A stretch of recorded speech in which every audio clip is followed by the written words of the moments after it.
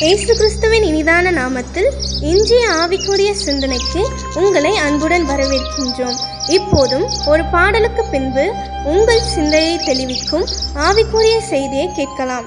கொஞ்ச காலம் இயேசுவுக்காக கஷ்டப்பாடு சகிப்பதினால் இந்த துன்பம் இன்பமாய் மாறும். இயேசுவை நாம் காணும்போது இந்த துன்பம் இன்பமாய் மாறும். இயேசுவை நாம் காணும்போது அவர் பாதம் விழுந்து பணிந்தே ஆனந்த கண்ணீர் வடிப்பேன். எந்த ஓட்டம் ஜெயத்துடன் முடியும், அந்த நாடு சுதந்தரிப்பேன். ஆண்டவர் இரட்சகருமாக இயேசுவின் இனிதான நாமத்தினால் உங்களை வாழ்த்துகிறேன். இந்த நாள் நம்முடைய ஆவிக்குரிய சிந்தனைக்காக நீதிமொழிகள் 3ஆம் அதிகாரம் 12ஆம் வசனத்தை நான் வாசிக்கிறேன். தகப்பன் தான் நேசிக்கிற புத்திரரை சிட்சிக்கிறது போல கர்த்தரும் எவனிடத்தில் அன்பு கூறுகிறாரோ அவனை சிட்சிக்கிறார். சிட்சை, பாடுகள், அப்படிப்பட்ட கஷ்டமான பாதைகள் நம்ம யாரும் விரும்புவதில்லை. இன்னைக்கு உலகத்திலே இன்னைக்குள்ள மனநிலைமையும் அப்படித்தான் ஆகிவிட்டதான வேதம் சொல்கிறது, தகப்பன் தன்னுடைய பிள்ளைகளை சிட்சிக்கிறது போல. ஏன் பிள்ளைகளை சிட்சிக்கிறான்? அதை செய்ய, அதை இங்கு போக, அதை இப்படி இரு, படி, இந்த மாதிரி காரியங்கள்லாம் கற்றுக்கொள்ளக்கூடாது, இதெல்லாம் தகாதவைகள், இது தவறானவைகள். ஏன்? அந்த பிள்ளையை நேசிக்கிறதுனால் அதை சொல்லுகிறார். நேசிக்காவிட்டால் அதை கேடு கட்டு போட்டும் என்று சொல்லிவிடுவார். இன்னைக்கு ஆண்டவர் நேசிக்கிறவர்களை சிட்சிக்கிறார் என்று சொன்னால் நம் ஒவ்வொருவருடைய பார்வைக்கு வெளியேறப்பட்டவர்கள். அதனாலே நாம் வழி தப்பி போய்விடக்கூடாது, பயனற்றவர்களாய் போய்விடக்கூடாது, நம்முடைய வாழ்க்கை வீணாகி விடக்கூடாது என்று ஒவ்வொரு காரியங்களிலும் பாடுகளை கொடுக்கிறார். ஒவ்வொரு காரியங்களிலும் நம்மளை ஷார்ப் பண்ணுகிறார், ஒழுங்குபடுத்துகிறார். குயவன் எப்படி பாண்டத்தை மண்ணை பிசைந்து செய்கிறான், அப்ப அந்த மண்ணை ஒத்துழைக்க மறுத்து விட்டால் ஒன்றுமே செய்ய முடியாது, தூக்கி துறைதான் போட முடியும். வேதத்தில் நீங்கள் பார்ப்பீர்கள் என்று சொன்னால் தாவீதுடைய வாழ்க்கை சிறு வயதிலிருந்தே பாடுகள் தான். ஆனா அந்த பாடுகளை தாவீதை உருவாக்குகிறது. ஒரு குறிப்பிட்ட சூழ்நிலை தாவீதை சொல்ல, என் விரல்களை கூட என் தேவன் யுத்தத்திற்கு பழக்குவிக்கிறார். பாடுகள் எல்லா பக்கங்களிலும், அட்டி உத, நெருக்கங்கள், போராட்டங்கள், எல்லாவற்றையும் இழந்து போன நிலைமைகள், வண்ணாந்தரத்திலே தவிக்கிற காரியங்கள் எல்லாமே தாவீதை பலப்படுத்தினது, ஸ்திரப்படுத்தினது, பாடங்களை கற்றுக் கொடுத்தது, நான் உபத்திரவப்பட்டது நல்லது என்று சொல்லுகிறார். நம்முடைய பிரமாணங்களை அதனால் கற்றுக்கொள்ள முடிந்தது. பாடுகளே வேண்டாம் என்று சொல்லி பாடுகிறவர்கள் அல்ல, பாடுகளே வேண்டாம் என்று சொல்லி வாழ்கிறவர்கள் தான் அதிகம். ஆனால் பாடுகள் இல்லை என்று சொன்னால் பரவசம் இல்லை. அவரோடு கூட பாடுகள் பட்டமானால் அவரோடு கூட ஒரு நாள் ஆளுகை செய்ய வேண்டும் வேதம் சொல்லுகிறது. நம்மை உருவாக்குவதற்காக தான் கர்த்தர் அதை அனுமதிக்கிறார். ஒரு வெளிநாட்டில் ஒன்றிலே ஒரு அருமையாய் ஃபென்சிங் போட்ட ஒரு தோட்டம், சுற்றிலும் அழகாக வேலி அடைக்கப்பட்டிருக்கிறது. அதற்குள்ள ஒரு அழகான குதிரையை விடப்பட்டிருக்கிறார். ஆனால் அந்த குதிரையின் கால் கட்டப்பட்டிருக்கிறது.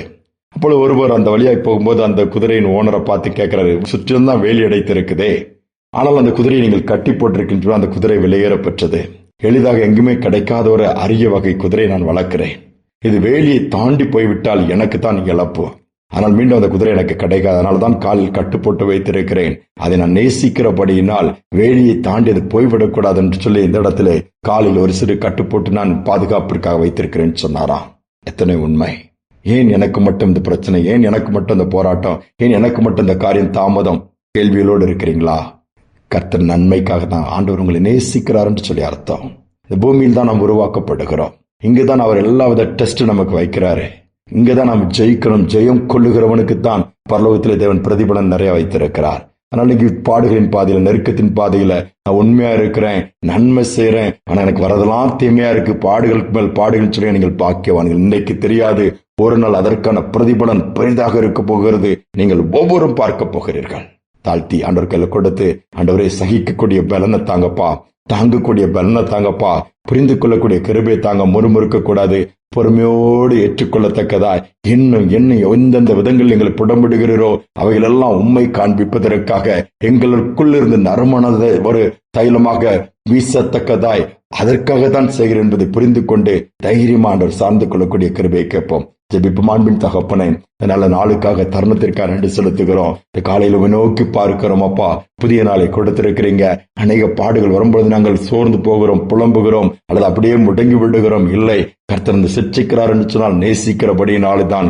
கர்த்தர் எங்களை சில பாதைகள் உட்படுத்துகிறார் என்று சொன்னால் ஒரு பெரிய திட்டம் வைத்திருப்பதுதான். அதான் அவர் என்னை சோதித்த பின்பு பொன்னாக விளங்குவேன் சொல்லி யோபு சொன்னது போல சோதனைகளை பார்த்து நாங்கள் பின்வாங்காதபடி, விழுந்து விடாதபடி, சகிக்கக்கூடிய தன்மை கொடுத்து, ஜெயிக்கக்கூடிய கிருபை கொடுத்து வழி நடத்துவீராக. கேட்கிற பிள்ளைகள் ஒருவரை உடைந்து போயிருக்கலாம், நொறுங்கி போயிருக்கலாம், நம்பி கலந்து போயிருக்கலாம். இனி தாங்குவதற்கு எனக்கு பலன் இல்லை என்று சொல்லலாம். அந்த பிள்ளைகளுக்கு பலன் கொடுத்து நீர் அனுமதித்த காரியங்களை சந்தோஷமா ஏற்றுக்கொள்ளத்தக்கதாய் அதை தாண்டி செல்லக்கூடிய பலனையும் கிருபை கொடுத்து நடத்துவீராக. இந்த நாள் முழுவதும் பலம் ஒவ்வொரு மேலும் இறங்கட்டும். புதிய கிருபைகளை கொடுங்க. எல்லாவற்றையும் ஏற்றுக்கொள்ளக்கூடிய பக்குவத்தை கொடுங்கப்பா. தாழ்த்தி ஒப்பு கொடுக்கிறேன்.